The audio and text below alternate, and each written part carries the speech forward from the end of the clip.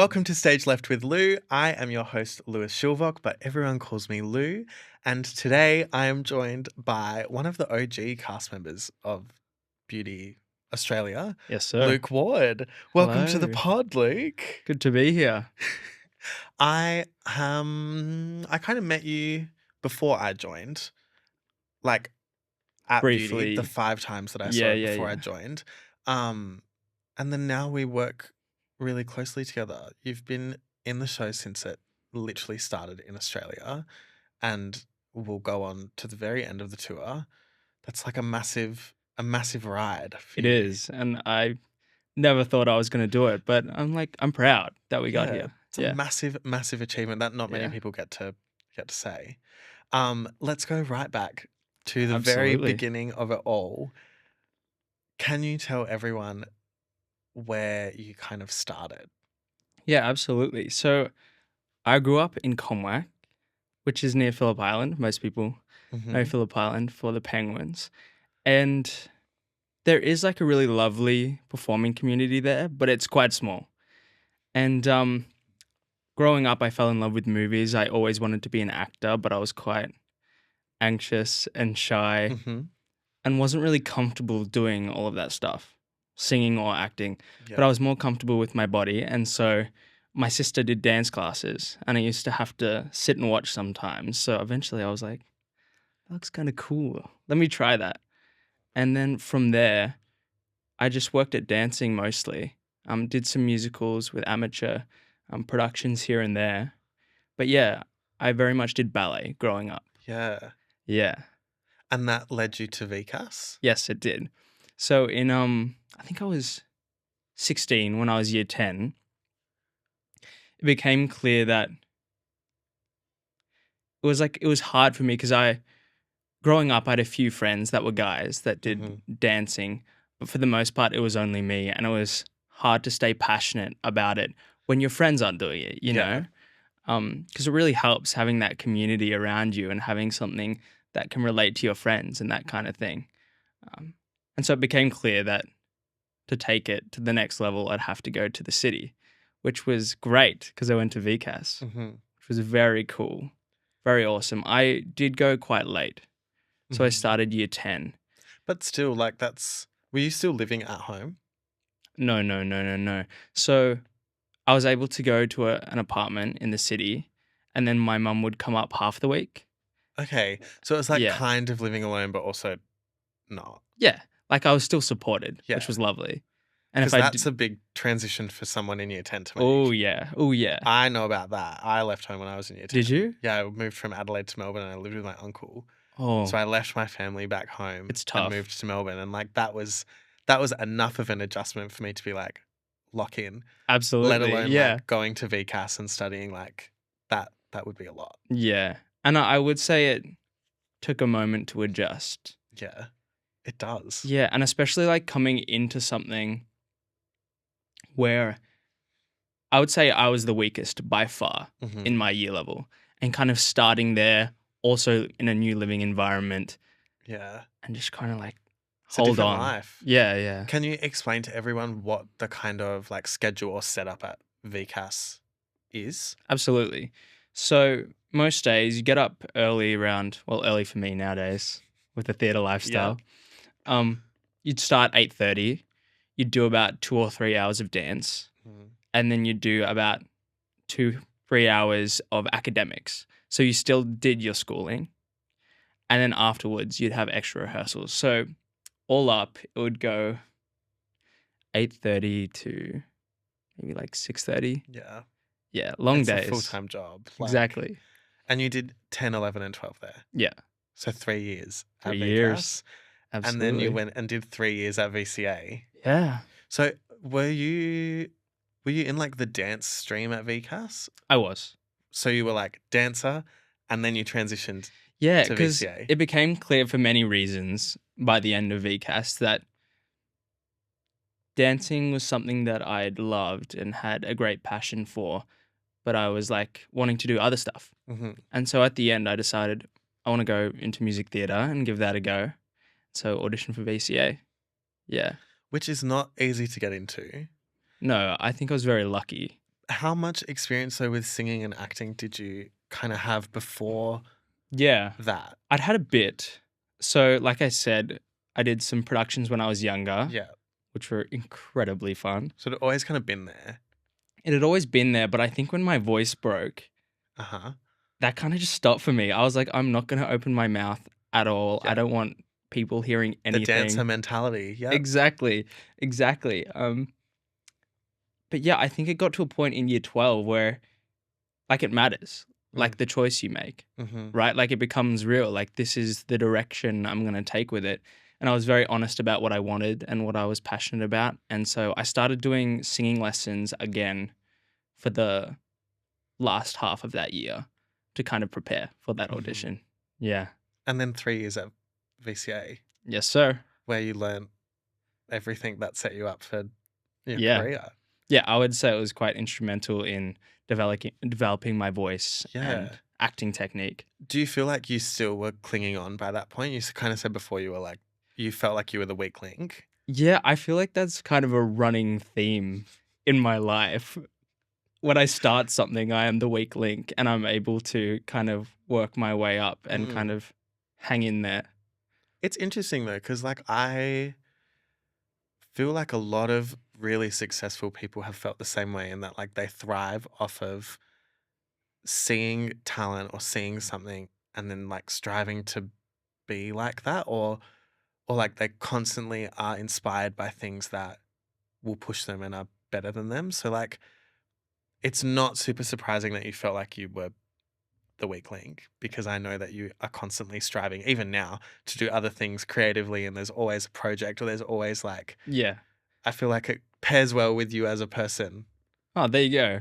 Like I very much, I can relate to that. Trying to strive for something that's unknown is very enticing to me. But I also do think I was the weak link. Like I just didn't have the training or anything like that.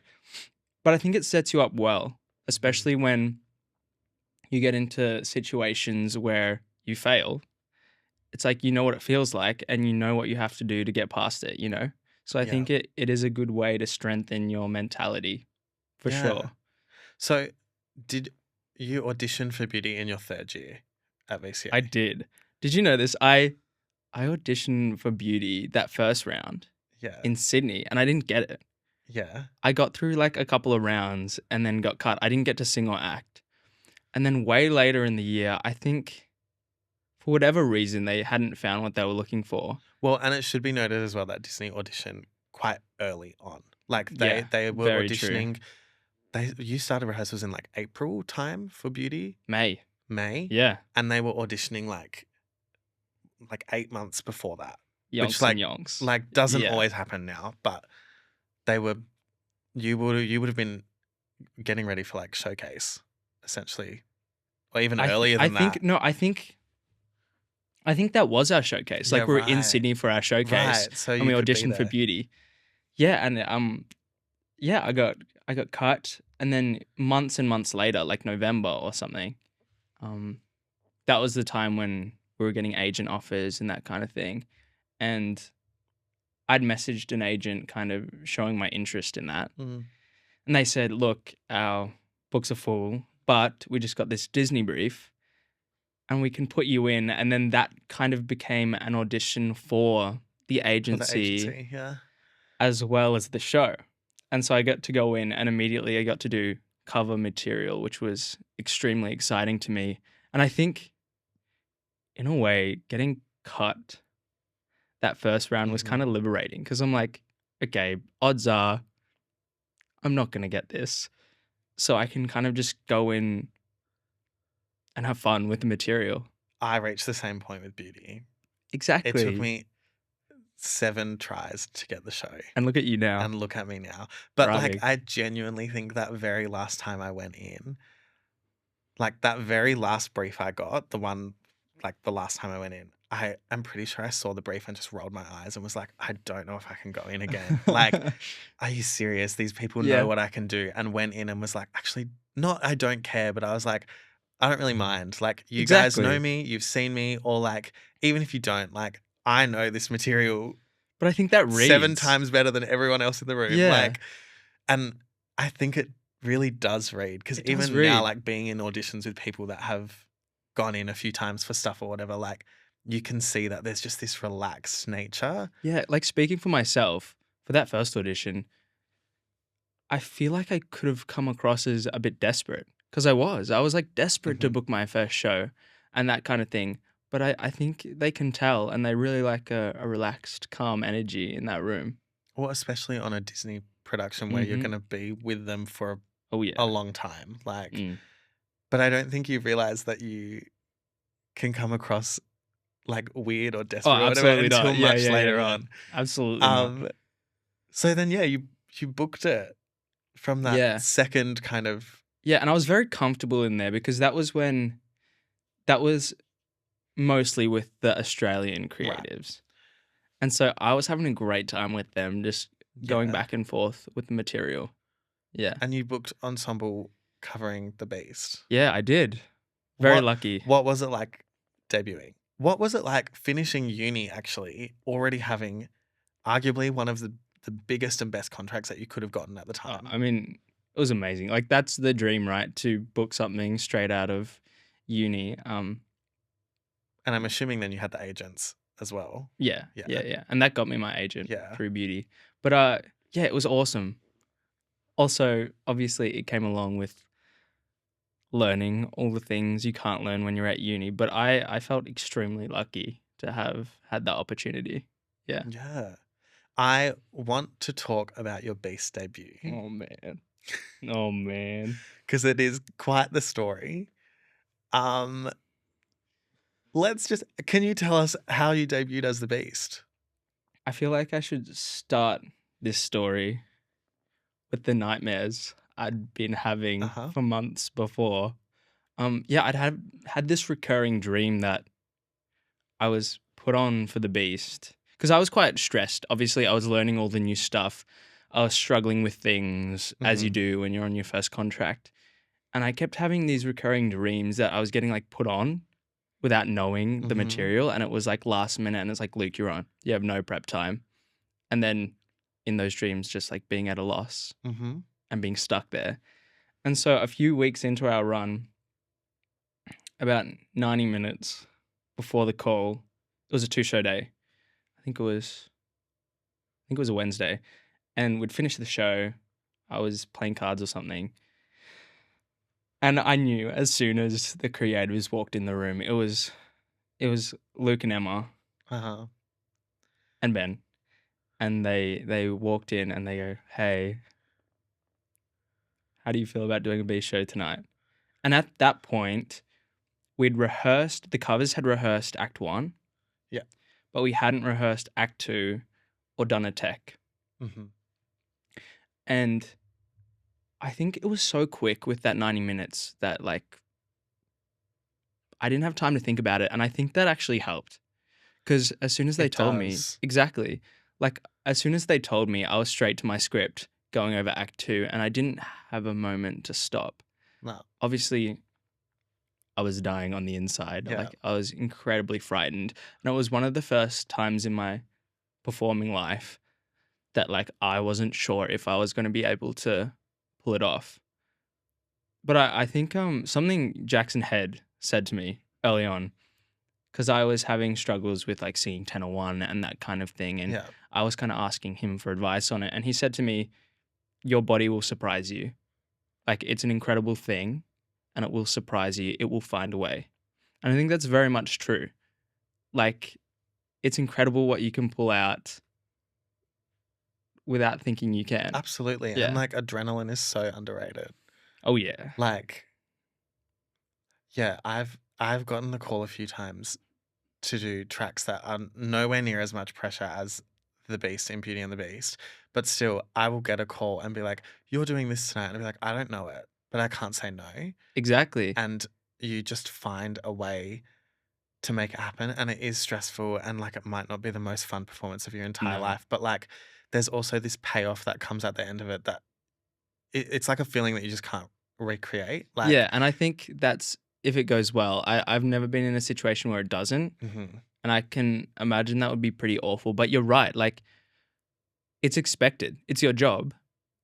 And you can't really say no. At least I feel like I can't say no. Well, and I feel like 85 to 95% of the time, everyone around you is very aware of what's going on. Like everyone in that situation would have been like, Oh, Luke yeah. doesn't know Act 2 and he's not teched anything yet. Like, and everyone will do everything they can to support you. And like, obviously, being in a show, there's like a massive community and a massive team of people. And like Disney, I will say, is like an even bigger team than some other Yeah. production companies in the country. And like, that would have been pretty amazing to watch everyone come together to make this thing happen. It was great. Especially because, correct me if I'm wrong, it was like Luke does the beast or we cancel the show kind of situation. Like there wasn't really it was. another There option. wasn't any wiggle room. And like you said, it was great. Like I had creatives with notepads following me around, Yeah.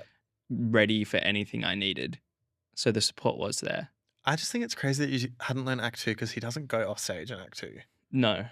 There's like a quick change. He transforms from the beast into a human. Like there's a lot going on there. And Absolutely. you did it. I did. I would say, do you remember anything from that show?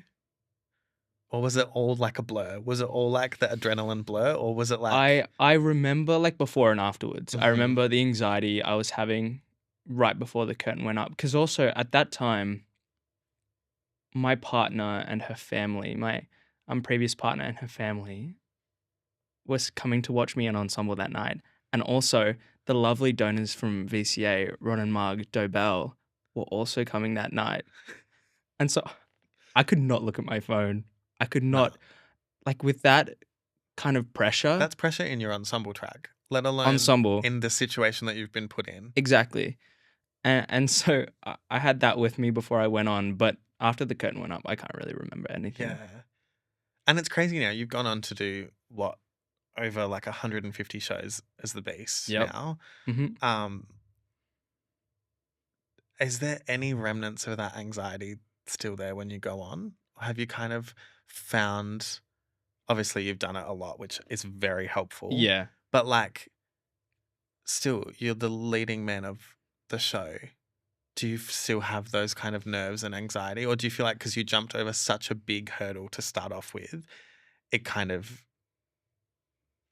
Well, I think that initial performance like actually created a lot of anxiety and trauma for me. Mm-hmm. Because I think people say like, oh, once you've done that, it can never be as bad. Yeah. Which is like, makes sense to me. Except I think I carried a lot of that first performance with me for a long time. Like there was a period in Sydney when I was very unhealthy and like I'd be covering a lot and then I'd be like vomiting between each scene because of that anxiety in regards to the performance. But I'm at a point now where I feel like I've really been able to work past through a lot of that. It's interesting though, because like I feel you do have that sigh of relief and you do have that like feeling of, oh my God, I've just achieved something that's like mammoth. But then like I can even say there have been times where I've gotten the call 2 weeks later, can you do that again? And it's like, Yeah. I can, but I'm not approaching it from the same way. I'm almost more scared to do it the Absolutely. second time because like I did get through it the first time and it wasn't necessarily the most fun thing. It was amazing feeling, but it's also that like second show blues are like a big thing that we face, especially as swings. And then like you don't do a track for a really long time and you go back on for it. And it's like a second wave of second show blues. And like, I feel like there is all of that. Sometimes it's not even necessarily anxiety, but like it is that kind of baggage that you take from one thing to the next thing. So like, yeah, it's that's very, live theater, right? yeah. Because it's like just because you succeeded once doesn't mean you'll succeed again. And I also think you have that adrenaline for the first one. Like, and then it goes very quickly. It goes very quickly, and suddenly you have to rely on all the skills and techniques you have. But yeah, it is hard, I would say. So I guess you faced that pretty early on in the Sydney season, pretty early on in your first job, which you got straight out of uni. So you've kind of been non-stop.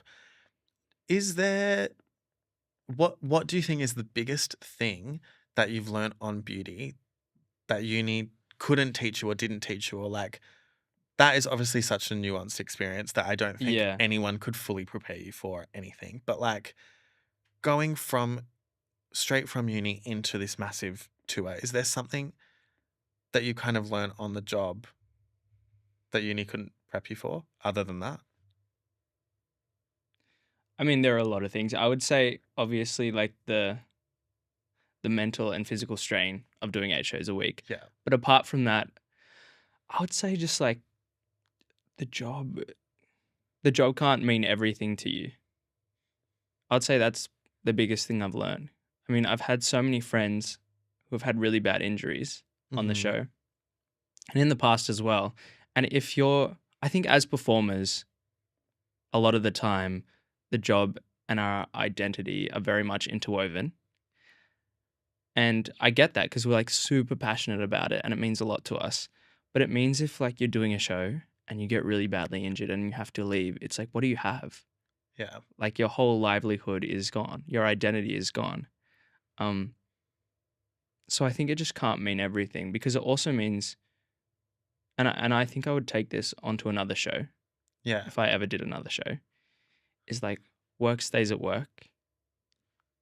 And when you're there, you're committing to it, you're giving it your all, Mhm. but you don't bring that home because And that can be really difficult because you have to take care of your voice at home. You have to absolutely, think like, am I going to be doing the beast tonight? Am I going to be swung on? Am I going to like the lifestyle of being in musical theatre does consume your whole day it's a a lot funny of the thing, right? time. But Yeah, it's almost like emotionally you have to be so yeah, detached that's when so you're not true. there. Like That's so true because like emotionally you have to be detached, but mentally you have to be there. yeah. Like you have to be maintaining Yeah. yourself, but the emotions of that Hmm. split track that went horribly wrong, like you can't bring that home. No.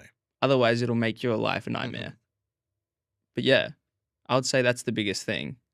And that's a skill that I think takes a hot minute to learn, and everyone approaches that like really differently as well. Absolutely. But it is really important and something that I feel like people don't talk about Yeah, heaps. I would say I'm still like figuring that out.